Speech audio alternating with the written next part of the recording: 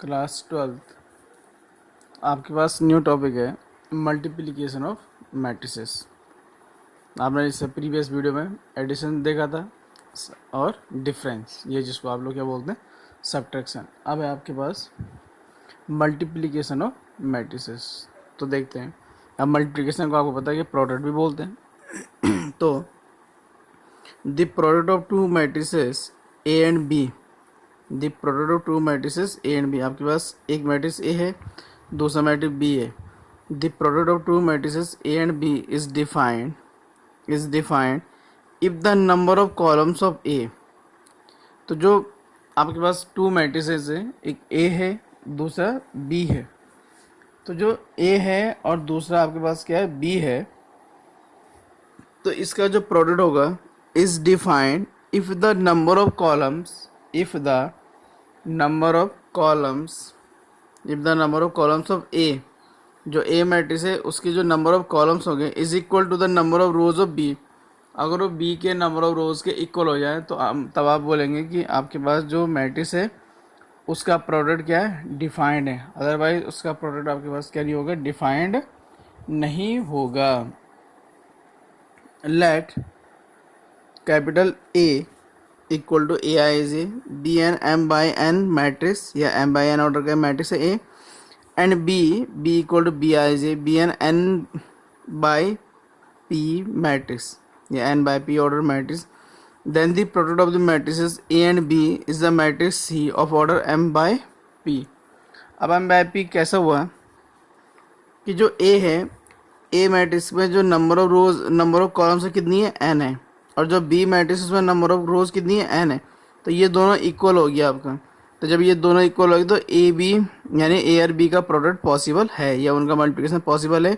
और जो new matrix मिलेगा उसका ऑर्डर हो जाएगा आपका, जो न्यू मैट्रिक्स मिलेगा उसका ऑर्डर हो जाएगा एम बाय पी। ठीक है। तो आई होप कि आपको ये मल्टीप्लिकेशन समझ में आया होगा। अब देखते हैं एग्जाम्पल है। एग्जाम्पल से समझते इसको, कैसे समझेंगे एग्जाम्पल से, जो थोड़ा बेटर समझ में आएगा आपके पास। तो वो है if A equal to, if A equal to sorry if C equal to आपके पास 1 -1 2 0 3 4 एंड डी है आपके पास 2 7 -1 1 5 और -4। तो अगर आप ध्यान से देखेंगे तो जो सी है, सी का जो ऑर्डर है वो कितना हो जाएगा, 2/3 ऑर्डर हो जाएगा, और जो डी है इसका ऑर्डर हो जाएगा 3/2। तो अगर आप देखेंगे here order of C is 2/3 and order of order of D is 3/2, 3/2 ये ऑर्डर है। So C D is defined. अब सी डी क्यों डिफाइंड हो रहा है, क्योंकि जो सी का जो नंबर ऑफ क्या है कॉलम्स है वो डी के नंबर ऑफ रोज के इक्वल है। तो सी डी डिफाइंड हो गया आपको। तो यहाँ हो जाएगा आपका सी डी, तो यहाँ पहले लिखेंगे हम लोग सी को 1 -1, और ये हो जाएगा आपका 2, फिर हो जाएगा 0 3 और ये 4, और यहाँ हो जाएगा आपके पास डी, डी हो जाएगा 2 7 -1 1 5 -4। ठीक है, यहाँ तक -4 हो गया।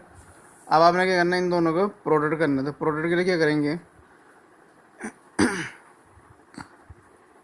ये जो फर्स्ट रो है फर्स्ट कॉलम से मल्टीप्लाई आएगा, तो 1 × 2, 1 × 2 माइनस, ये -1 है -1, तो -1 × -1 प्लस ये 2 है, 2 × कितना जाएगा आपका 5।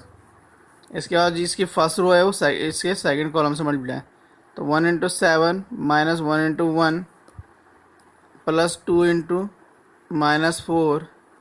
अब इसकी जो सेकंड रो है वो इसके फर्स्ट कॉलम से मल्टीप्लाई, तो 0 × 2 प्लस 3 × -1 प्लस 4 × 5। नेक्स्ट हो जाएगा 0 × 7 प्लस 3 × 1 प्लस 4 × -4। तो ये हो जाएगा आपके पास 2 1 जा 2, माइनस का प्लस का 1, और 5 2 जा 10। फिर ये हो जाएगा 7 1 जा 7, 1 1 जा -1, 4 2 जा 8, -8। ये 0 2 जा 0, -3 1 जा 3, प्लस इंटू माइनस माइनस, 5 4 जा 20। ये हो जाएगा 7 0 जा 0, 3 1 जा 3, और माइनस का हो जाएगा 4 4 जा 16। तो इतना हो गया। अगर आप इसको सॉल्व करके लिखेंगे तो ये हो जाएगा 13, और ये 9, तो ये हो जाएगा -2, ये हो जाएगा आपका 17, और ये हो जाएगा आपका 13 विद माइनस साइन। तो ये हो गया आपका multiplication of matrix C and D. तो आपने सी और डी जो आपके पास क्या मैट्रिक्स है, आपने उसे क्या कर दिया, मल्टीप्लाई कर दिया।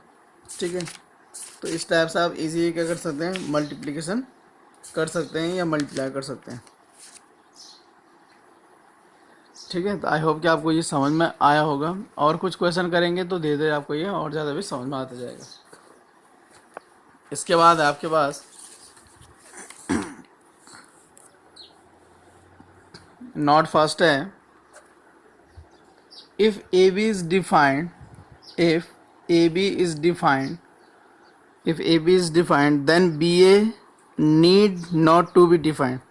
अगर आपके पास कोई मैट्रिक्स है और आपने क्या किया, ए बी का प्रोडक्ट किया और ए बी मिल गया आपको, तो ज़रूरी नहीं है कि आपको क्या मिल जाए, बी ए बी मिले आपके पास। ठीक है, सेकेंड है इसी में आपके पास non commutativity of multiplication of matrix. Non commutativity of multiplication of matrix ये कुछ ऐसा है कि if A B and B A are both defined. इस बार क्या है कि ए बी भी आपके पास डिफाइंड हो रहा है, बी ए भी क्या है आपके पास डिफाइंड हो रहा है।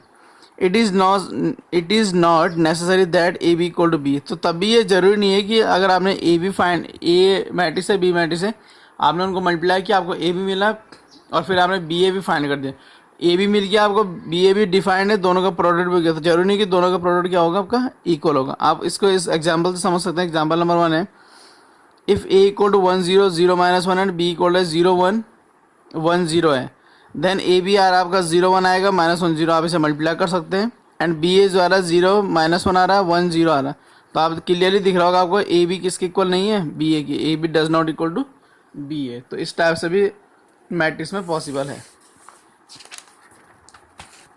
इसमें नेक्स्ट है आपके पास zero matrix. Zero matrix as the product of two non-zero matrix. Zero matrix as the product of two non-zero matrix. Zero matrix as the product of two non-zero matrix.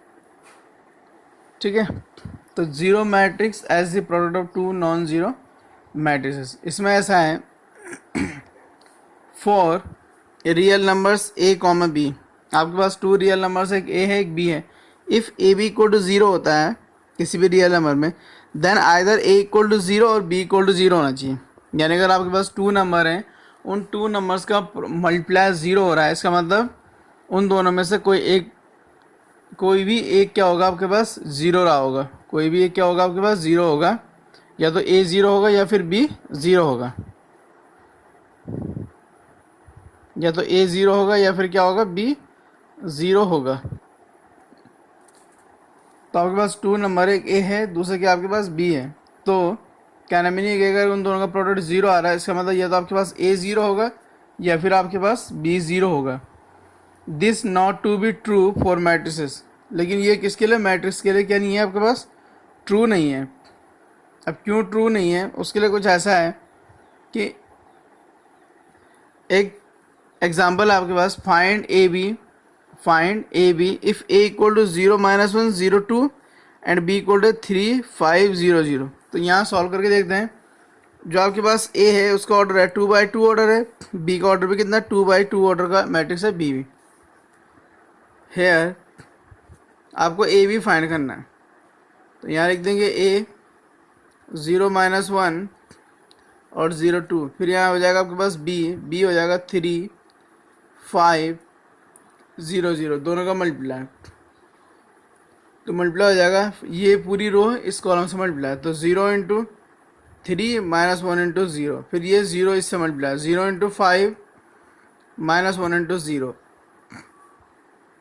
0 × 3 +2 × 0, फिर 0 × 5 +2 × 0, तो अगर आप इसको ध्यान से देखेंगे ये हो जाएगा 0 माइनस 0, 0 माइनस 0, और ये हो जाएगा 0 प्लस 0, 0 प्लस 0। और आपको पता है कि 0 माइनस 0 कितना होगा 0, 0 माइनस 0 0, 0 प्लस 0 0, 0 प्लस 0। तो ए बी इक्वल टू कितना आ गया आपके पास 0 आ गया। तो यहाँ आपको क्या दिखाई दे रहा है, आपको दिखाई देगा कि आपके पास ए मैट्रिक्स भी 0 नहीं था, ए भी नॉन जीरो था, बी मैट्रिक्स भी आपके पास क्या है नॉन जीरो है, लेकिन जब आपने उन दोनों का प्रोडक्ट किया है तो आपको ए बी क्या मिला 0 मैट्रिक्स मिल गया। तो ऐसा सिर्फ मैट्रिक्स में ही पॉसिबल है, अदर मैथ्स में ऐसा पॉसिबल नहीं होता है। अगर आप सिंपल मैथ्स कर रहे होंगे तो अगर आपके पास एक नंबर ए है एक नंबर बी है, दोनों का प्रोडक्ट करेंगे तो आपके पास अगर 0 आएगा तो इसका मतलब ए और बी में से कोई ना कोई एक क्या होगा 0 रहा होगा, तभी ऐसा पॉसिबल है। नेक्स्ट है इसमें आपके पास properties of matrices. Properties of matrices हैं, ये properties of multiplication of matrices, multiplication of matrices की कुछ प्रॉपर्टीज हैं। कम्यूटेटिव लॉ आपको पता है कि इसमें होल्ड नहीं होता है, तो सेकंड लॉ इसमें the associative law. The associative law उसमें क्या है, for any 3 matrices A comma B and C we have A B into C is equal to A and in bracket B C. तो ऐसा तब possible है whenever both sides of the equality are defined, यानी कि left hand side और right hand side दोनों की equality जब क्या होगी डिफाइन होगी, तभी ये एसोसिएटिव लॉ होल्ड होगा। ठीक है। सेकंड आपके पास डिस्ट्रीब्यूटिव लॉ, सेकंड आपके पास डिस्ट्रीब्यूटिव लॉ। तो डिस्ट्रीब्यूटिव लॉ में होता है the distributive law for any 3 matrices A B and C. ये मैट्रिक्स है ए बी सी, ए है और ब्रैकेट में अगर बी प्लस सी होगा तो इसको लिख देंगे आप ए बी प्लस ए सी, लेकिन कंडीशन क्या है कि ए बी और ए सी दोनों क्या होने चाहिए डिफाइंड। फिर या फिर ऐसा होगा ए प्लस बी ब्रैकेट और बाहर आपके पास सी है तो आप इसको ऐसे लिख सकते हैं ए सी प्लस बी सी। तो इसमें भी सेम है whenever both sides of equality are defined. Third है आपके पास the existence of multiplicative identity for any square matrix capital A there exist an identity matrix of same order such that.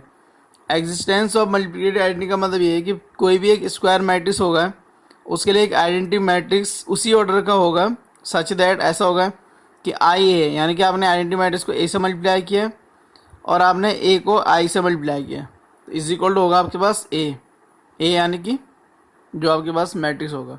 तो ये कुछ प्रॉपर्टीज़ है आपके पास multiplication of matrixes से related. इसके बाद आपके पास एक्सरसाइज है, एक्सरसाइज आपके पास 3.2 है, एक्सरसाइज आपके पास 3.2। तो जो 3.2 एक्सरसाइज है उसके आप क्वेश्चन इजीली क्या कर सकते हैं, सॉल्व कर सकते हैं। ज़्यादा टफ नहीं है, बड़ा इजी से क्वेश्चन है उसके। आई होप कि समझ में आ जाएगा आपको उसके क्वेश्चन। और अगर आपको लगता है कि कोई क्वेश्चन उसमें टफ है तो आप मुझे कमेंट्स में ये पर्सनली पूछ सकते हैं, तो कि कौन सा क्वेश्चन टफ है मैं उस पर आपको वीडियो बना के प्रोवाइड करा दूँगा। Thank you class 12th।